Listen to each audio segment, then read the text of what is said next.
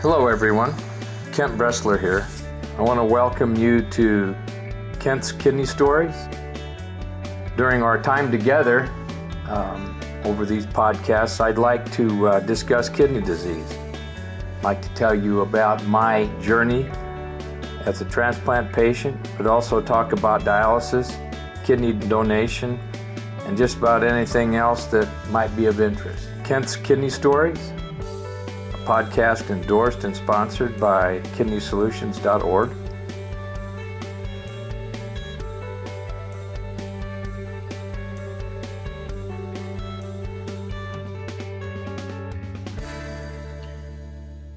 Hello everyone, this is Kent.Bressler, and you know what time it is. We're going to do some podcasting.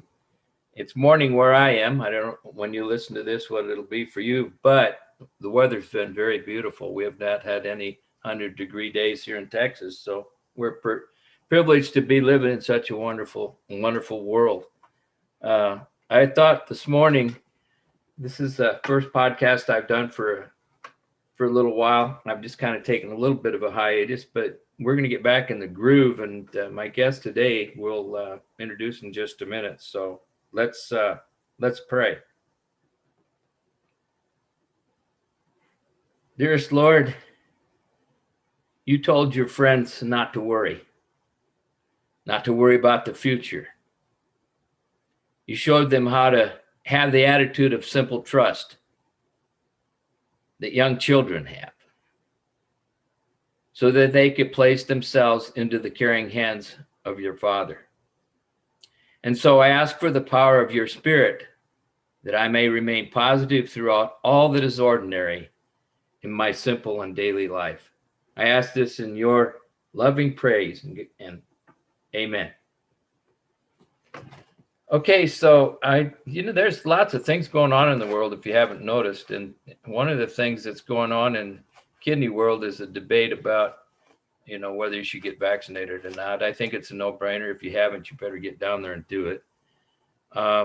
Another thing that's quite evident at this point is that everybody is really concerned about COVID, and that's okay. I get it. It's okay. But remember, just take this to the bank. In the year or 18 months or whatever it's been since we've had this plague going amongst us, we've come up with some very good treatments. Now, if you do get this and you've been vaccinated, your chances of having a really serious bout of it's pretty good that you won't. So got to get vaccinated.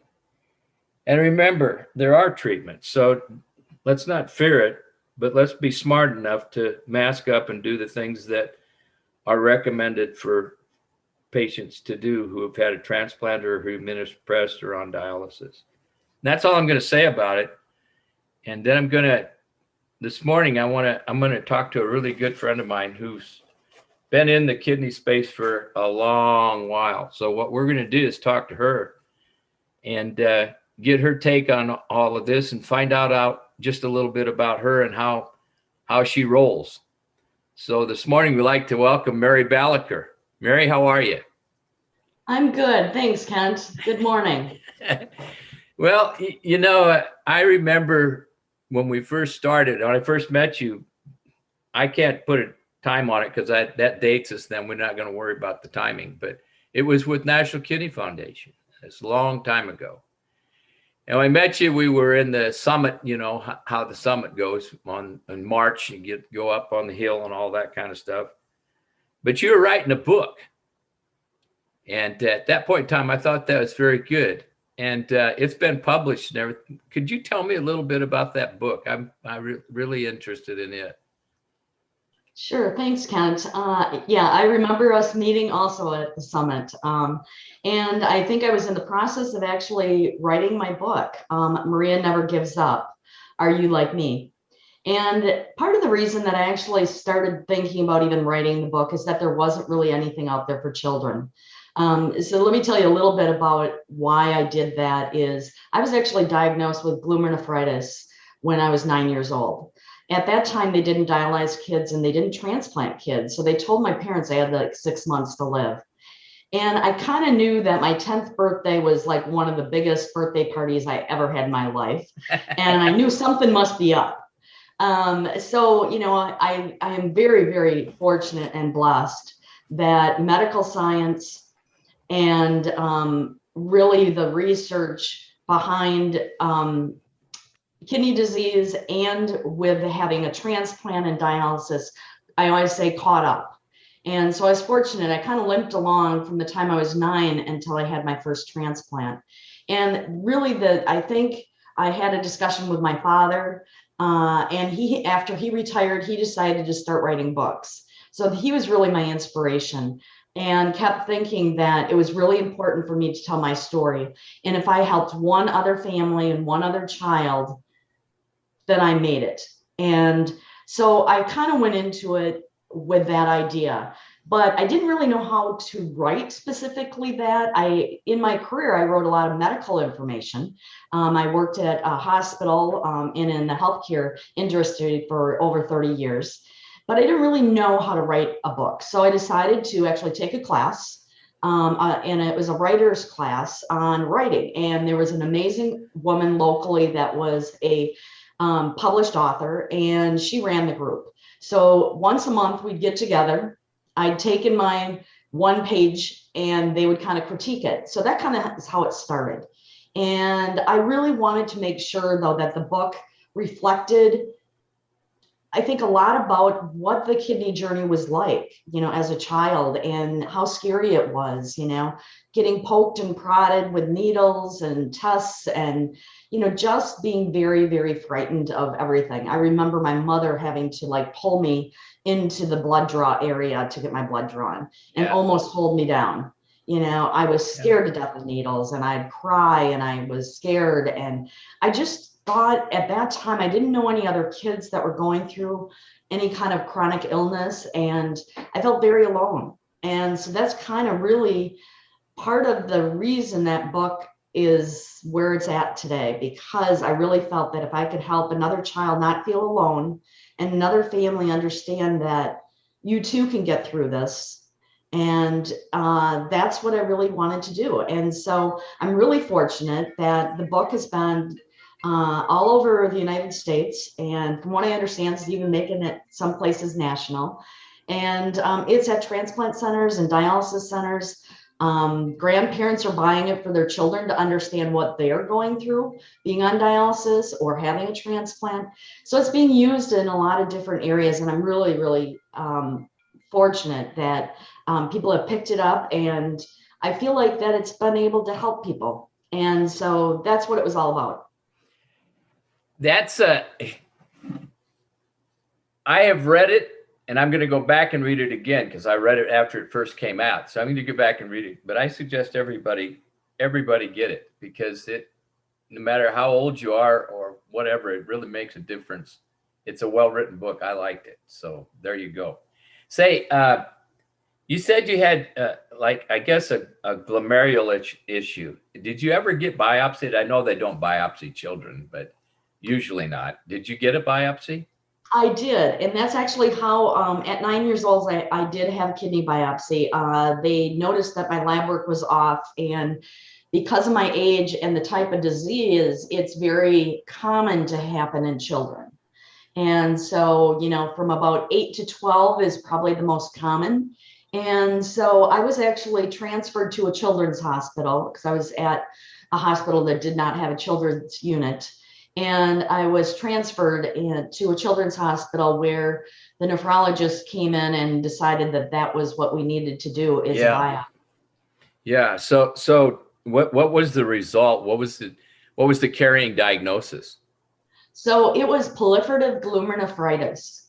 And so it's not a disease that reoccurs generally, and it happens generally in children. It's not that it doesn't happen later in adulthood, but it's pretty common. I shouldn't say common. It is considered part of the rare disease.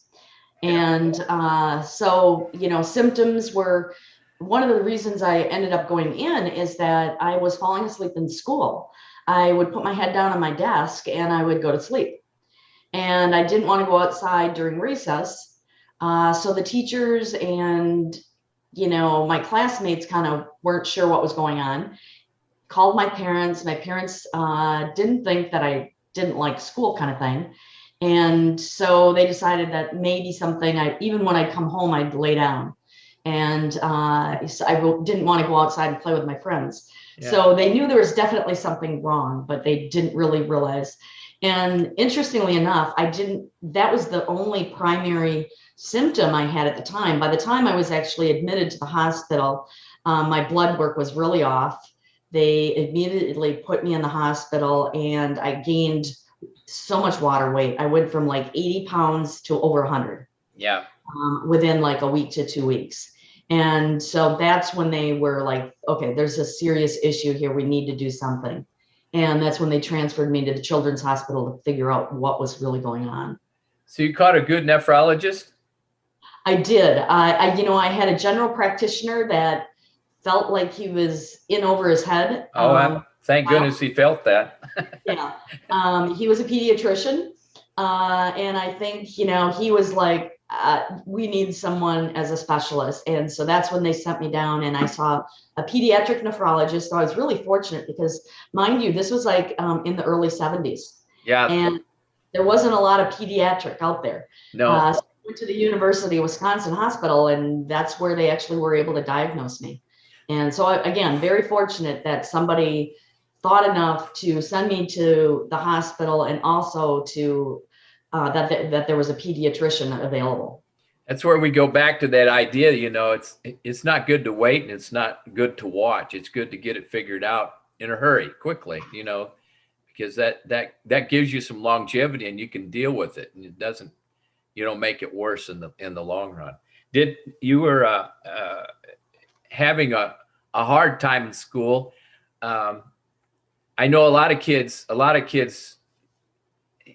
have those types of symptoms, but what did you get nauseated? Did you have a lot of vomiting as a child? Did that come? Yeah. Yes. Yeah. So, that was my first symptom, as I was mentioning, was just the total lethargic, falling asleep, not wanting to do anything. I would say probably another primary, and again, this is coming from my thinking as a child, what it was like. But I remember, I always say that I felt like I blew up like a balloon, and I literally did. Yeah. I had put on so much water weight, and so those were the two first symptoms.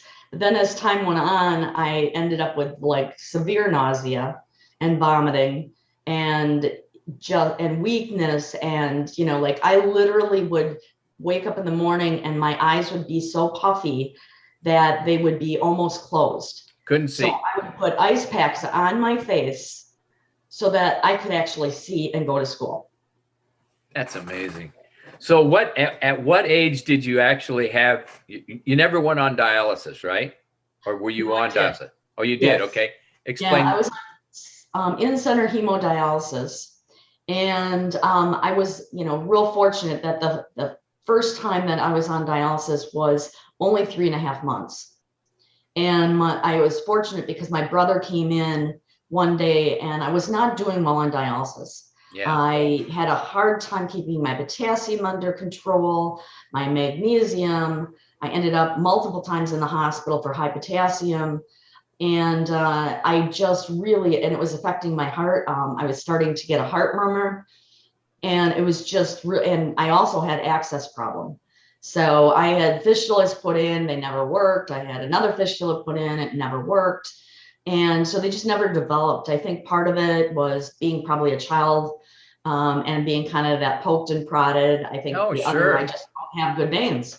And so even though I had the fistulas, I had a graft, and I had a Hickman catheter. So I just was not doing well. They did not think that I would survive very long on dialysis, because back when I was on dialysis it was back in a time where when you were trying to take the fluid off, you were kind of shooting in the dark. I don't know how much fluid to take off. And so they either took off too much or not enough. And I even through that process, I literally the day before, I had a very sweet spot. I always said of feeling good. The day of, I was really weak and wiped. In between, I was a little bit okay. By the time I was going back to dialysis, I was vomiting. Yeah. And so there was not a lot. And mind you, by this point, I had gotten to the point that I was actually in high school. So as I mentioned, I kind of limped along with my health. I was on some medication that was part of a clinical trial. And whether it worked or not, we don't really know for sure if that's what it was that just kept me kind of, I never got healthy, but I never progressed any further. And then, is a very slow progression. And so, being on dialysis and trying to, go to school and kind of have that normalish life was pretty difficult, Normal. Yeah. We always say normal. I don't know what Yeah. normal, I don't know what normal is anymore. Yeah, exactly. What year were you actually, did you start? How old were you when you actually started on dialysis? Do you I was remember? 17. Yep. How old? I was 17. 17. Okay. Wow. You did limp along for a while then. Yeah. Missed a Okay. lot of school, was Yeah. in and out of the hospital, many procedures, all sorts of yeah. different medication, but I survived until I was 17. And then it was like time for dialysis. We were hoping to get a transplant, but at that time they only did living related transplants. But at that point, my parents were being looked at for it, but nothing kind of came through. My mom was unable to, due to some high blood pressure issues. And so my brother, though, ended up being a perfect match. There you go. I love them brothers. Yep, absolutely. You know it. So that went off at how you were around 17 then or 18 when you were transplanted, right? Yeah, I was actually I was 17 when I went on dialysis, and I was still 17 when I had my first transplant. Okay. Yeah, good. All right. So how did that work for you? As I kind of mentioned, I think because I grew up in a lot of ways with a chronic illness, I think everybody kind of deals with their journey differently. But the way that I took my journey, I would say, was that I wanted to be like other kids. And so I tried to pretend I wasn't sick. Oh, yeah. And so I tried to fit in. So even though I didn't have energy or feel good enough to do sports or be a cheerleader or pom-poms or play basketball or whatever it might be, like a lot of my friends, I think for me, because I kind of had myself fooled into wanting to be like them, I kind of, I tried to do everything. I mean, unless I just couldn't get out of bed and I was just too sick and throwing up. There was nothing worse than, people couldn't understand, I think, at that age, even my friends, as much as they tried to, I think, is that all of a sudden you run into the bathroom and throw up. It's like, oh, why are you sick? And it's like, yeah, I have a kidney disease that's causing all of these impurities backing up into my system, and that's why I get sick, or I'm between dialysis treatments. So, interestingly enough, I think for me, when I went through, I think while I was, in high school, I would take the afternoons. I dialyzed Monday, Wednesdays, and Fridays. And I would leave early because they didn't have a night shift. So I would have to leave around noon from school. So I would usually go from like about 8 till noon. And then on Monday, Wednesday, and Fridays, my mom would pick me up and take me to dialysis. Okay. And then I would dialyze and generally just go home and crash on the couch. But on Friday nights, that was different. I somehow, and I even look back as like how I was able to push myself to do it. But if there was a football game, I was at the football game. And, I had my arms wrapped and I got a lot of funny looks like, why is she got all these bandages on her arms? So a lot of times I started wearing long sleeves because it was just too many questions. Again, wanting to have that fit in with everyone else. I actually think it probably was beneficial for me. I mean, I've talked to the doctor about it, that, it's kind of like fake it till you make it. And, I believed I was okay. Yeah. And I was going to get okay. But I have to tell you, I never really thought I'd ever graduate high school. I never really thought that would ever happen. I didn't think I would survive. So, a lot of times people were looking at, what am I going to do after high school? Well, I didn't apply anywhere. I didn't think about a job because I thought I was going to die. I just didn't think I was going to be here because I had such bad health, and I had already hit that expiration date that they had given long ago. Yeah. And ran right on by it. yeah, so I passed that by. So then it was the next. Yeah. So when I graduated high school, I was up there smiling and getting my diploma, thinking I actually survived. I got my diploma. And that's the other thing that pushed me through school. A lot of teachers thought I should take the year off and just get better. What they didn't understand is you don't just get better. This is my life. And so kept going, and I was able to graduate. And I a very smart person who was my social worker walked into my hospital room when I had my transplant and said, Mary, now that you have a working kidney, what are you going to do with your life? Okay, I was 17, and it was like the best thing she could have ever said. It really was, it put me out there as like, oh, I'm going to need to figure out what I'm going to do with my life. Yeah. And so, here I am, everybody else had applied to college and doing all these different things, and I hadn't even thought about it. So I had to think quickly and start applying, and then I had no idea what I wanted to go for. But I have to say, at that time, that social worker made such an impact that I thought, maybe I want to do social work. Maybe I want to work in healthcare. I want to help others like she's helping me. There you go. So that's kind of what happened. I have a degree in public health. And so, my whole career has been working at hospitals and working in the field of clinical research and things. So I think, that's, my journey kept going because of a lot of really phenomenal staff and medical professionals, as well as my family and friends. I say you are who you surround yourself with. That's how you develop. That's how you get better. That's how you excel. It's the people around you. It's not necessarily you so much as it is the people that are around you that make a good space for you and open the road up, so to speak. Oh, absolutely. Absolutely. My mom never left my side. I mean, she tried to work and she would try to do things, and my mom was always there. If I was in the hospital, she was by me. If she couldn't be by me, I had an aunt by me. I had my dad by me. I had someone. I was never alone as a child.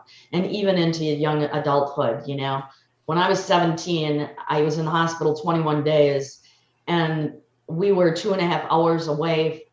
The hospital I was in was 2.5 hours away from where I lived. And there wasn't a day I didn't have a visitor. That's almost like mentorship. Like that's what you and I do. I mean, that's the point of having kidney disease and paying back, is that you are paying forward, however you want to say it. But you really want to give back, and the best way to do it is share your experience and also give people guidance in how to do it. Not medical information, but just guidance in living. It's a healthy living option for you to do that. So Absolutely. That's great. Yeah. Peer mentoring oftentimes, and I think with the peer mentoring, I feel like if I can, matter of fact, I was mentoring a woman who was new to dialysis and didn't have the energy.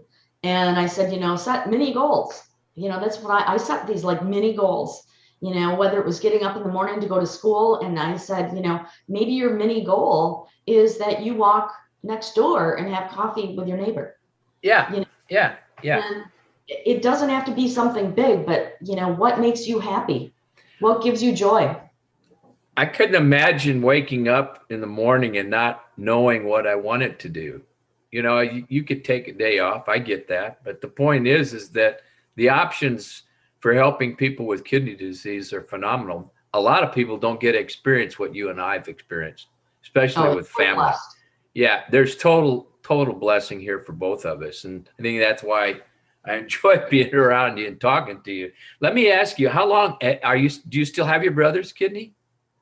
No, I don't. And it's very unfortunate. And I think that was one of the hardest things that I went through on my journey, is that my brother, as I mentioned, I was 17, he was 19 at the time, and donated his kidney, which was considered at that time an identical match. So I did really well.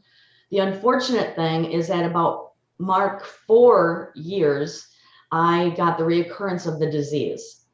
And as I mentioned earlier, the disease is not the type that generally reoccurs. They had no idea what to do with me, other than, luckily my physician, my transplant surgeon, still had connections from where he had initially had worked at Stanford. And he had heard that there was a patient with the type of disease I had and a very similar story.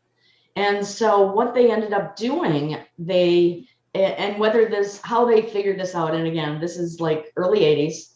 And I think, looking back, I think it was just like, well, we don't know what to do, but they did this at Stanford, so we're going to do it here and see if it works for her too.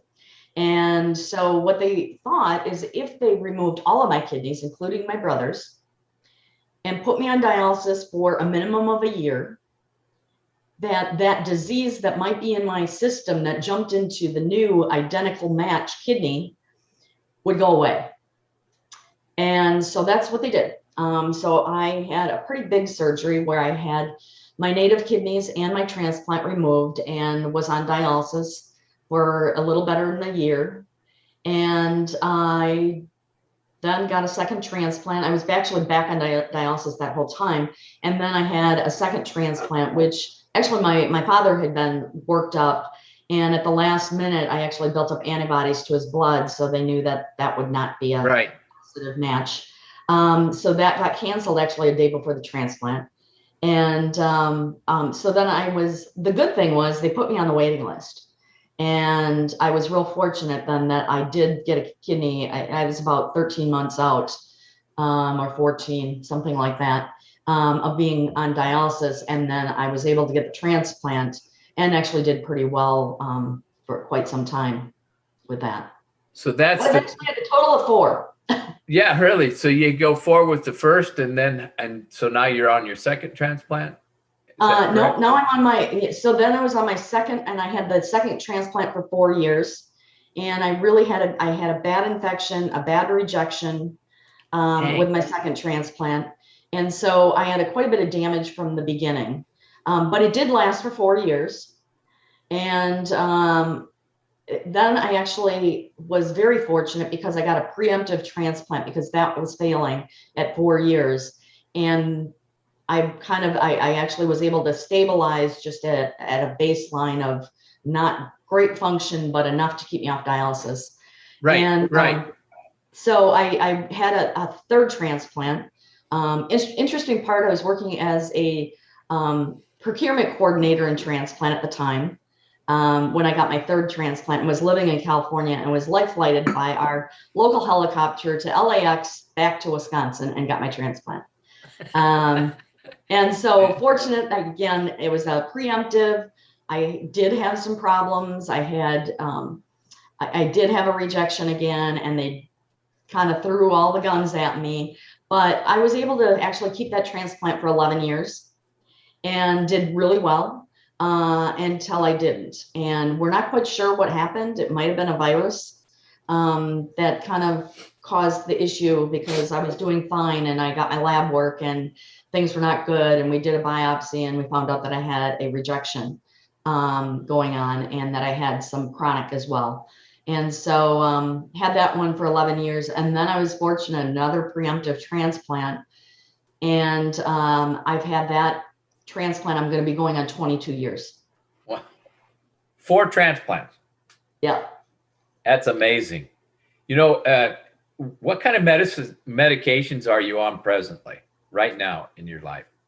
So I'm on, I call it kind of the cocktail. I've been on steroids, off and on, which, I've been on them since I've been 9, and kind of off and on, high, low, you name it. So I'm, a lot of people I know don't like taking prednisone, but, it's been a part of my life and yep.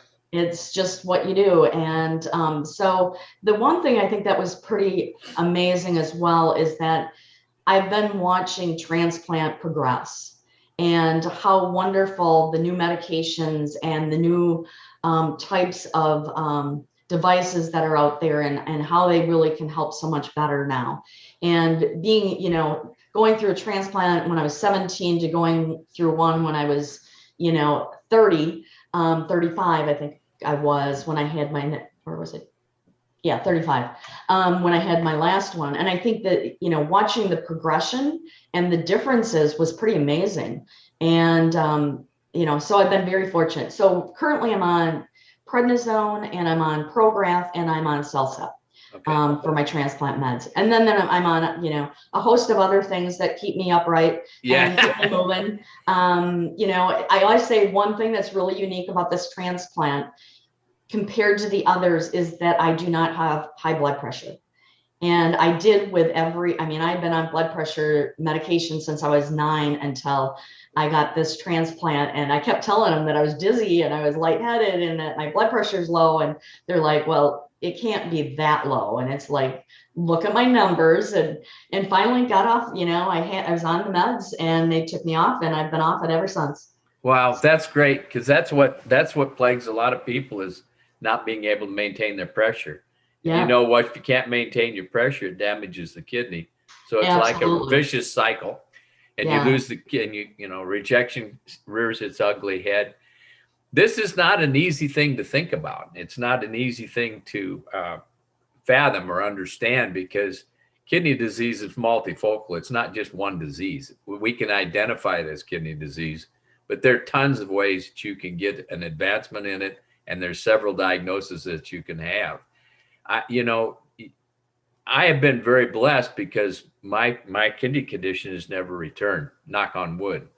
Uh, it The problem with it a lot is with FSGS, uh, is that it does return, and it some people I know who have it, they've been through the same course as you have, multiple transplants, and then get to a point where they can't be transplanted again because of Right. the antibodies. And so I don't wish that on anybody, but I can tell you I've met really strong people after that fact that really do well, and they realize that this transplant is not a cure, and people need to know that it's not a cure.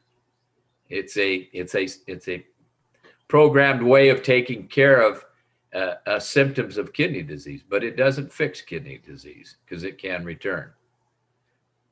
Yeah, I think, I remember back when I was 17 and my transplant surgeon saying that transplant was not a cure-all, that it was one exchange of issues for another. That's right. And it's what's best for you. And some people, there was a man that I knew that had been on dialysis for years that I worked with at the hospital. And I always said to him, why haven't you gotten a transplant? He'd been on dialysis all through medical school. And he said to me, Mary, I'm waiting for the best medication out there. And unfortunately, then by the time he felt like, again, and one of the things I think that's unique about him is that he was actually a pathologist and he actually looked at the kidney biopsies.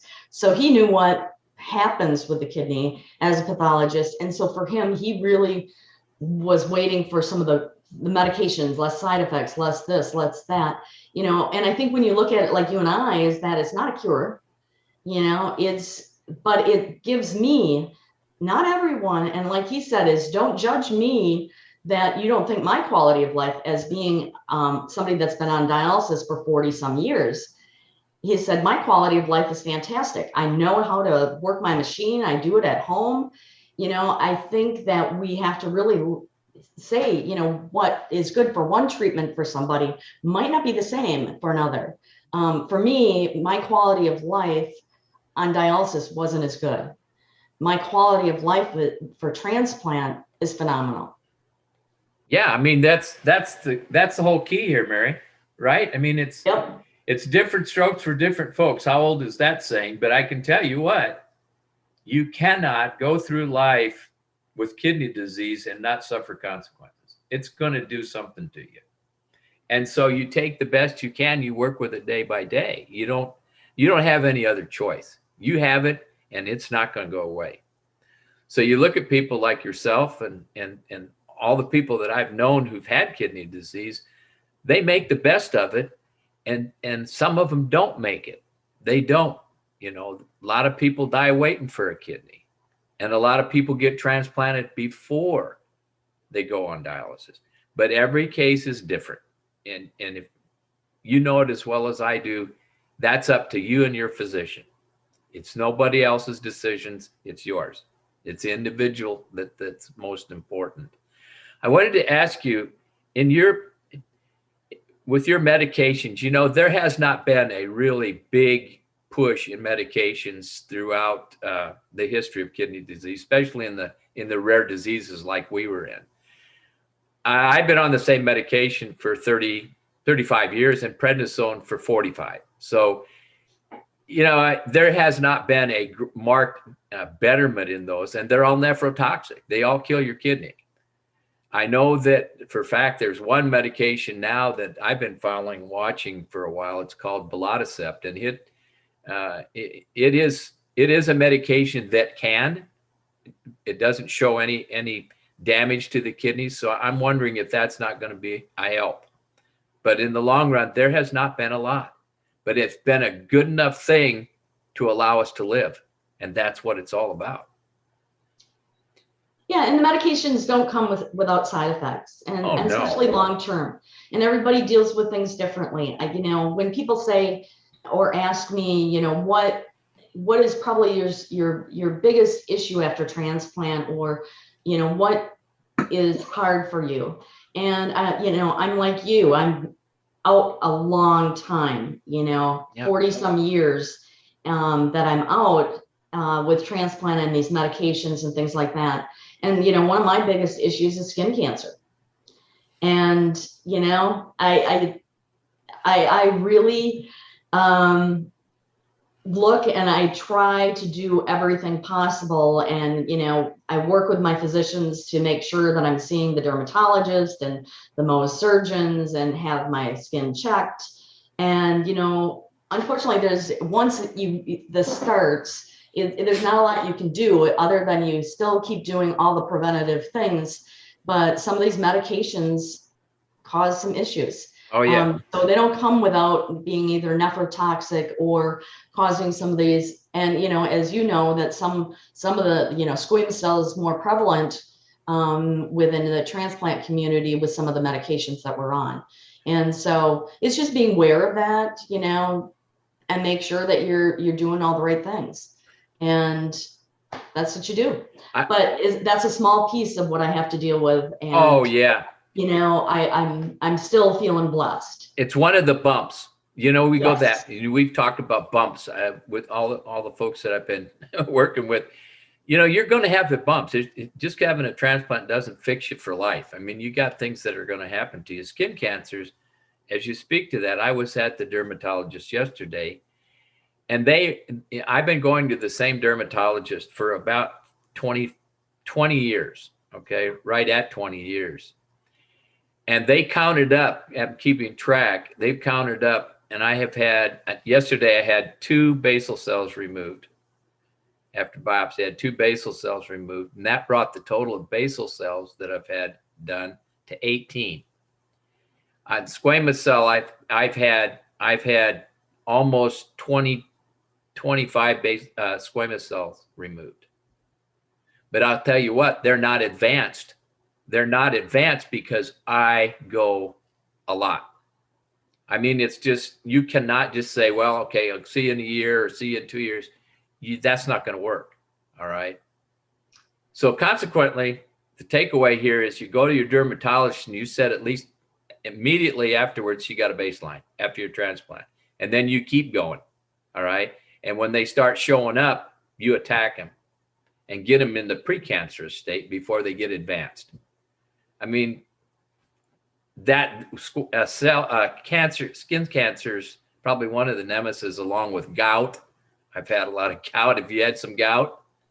I've not had gout, but I know a lot of people that have, but like you said, with the skin cancer, I go in every 3 months for skin check. I'm back to a month now. I go along at 3 months for a while until they explode on me. And it's not because I don't do what I'm supposed to do. They're there. Plus the fact what we did when we were young and dumb was, plays into it. Catches up. Yeah, it's accumulative. You get sunburned when you're a kid. I remember being in the bean fields and the cornfields, and I didn't wear anything but shorts, sometimes a swimming suit. and I would burn 3 or 4 times a summer, serious burns. And so plus then add on the immunosuppression, you're cooked, so to speak. Yeah. But I have a family history too. So yeah, yeah, I just said that's just the way it is. So you just deal with what and you're right. It's all about prevention. I see a preventive cardiologist. I don't have heart problems, but I don't want them. I want to try to prevent, because that's another issue with being a transplant recipient, is really to be, aware of your body and be a part of your team. And, as you know, that's the most important thing, is to really be on the preventive side to keep yourself healthy. That's right. I had a stent put in my heart 7 years ago, and I've had a AAA, an aortic aneurysm that was repaired. So life doesn't change much, except that you do get older, and as you get older, your kidney does not function as well. I mean, they age. I've got a 68-year-old kidney, and at 71, I still go to the doctor preventatively. I want to know, get my stress tests. I do everything I need to do, and I exercise, and I know you're in that same realm. So that's the most important thing. Okay, well, you're an interesting case. I think we all are. Yeah. So I do know. I just wanted to make sure that everybody knew that you're also very, very, very active in advocacy, and you belong to NKF and AAKP and American Kidney Fund, and probably several others. And you've written articles. That would be a whole nother story we would go through. And I think that maybe that's what we should do sometime, is come back. Oh, I know what I did want to ask you. Are you a member of the Quarter Century Club? I actually did put in the information at one point, but because I am part of the Quarter Century with all of them together, but obviously I'm at 22 with this year. But I would love to be a part of that group. No, you can. That's an accumulative. It's not individual. It's accumulative. Oh, okay. So you love need to be a part of it. You reapply, and I'll send you the link to reapply. You can do it. You should reapply, and then we'll get you in. Shouldn't be any reason not to. My book. Sounds great. All right.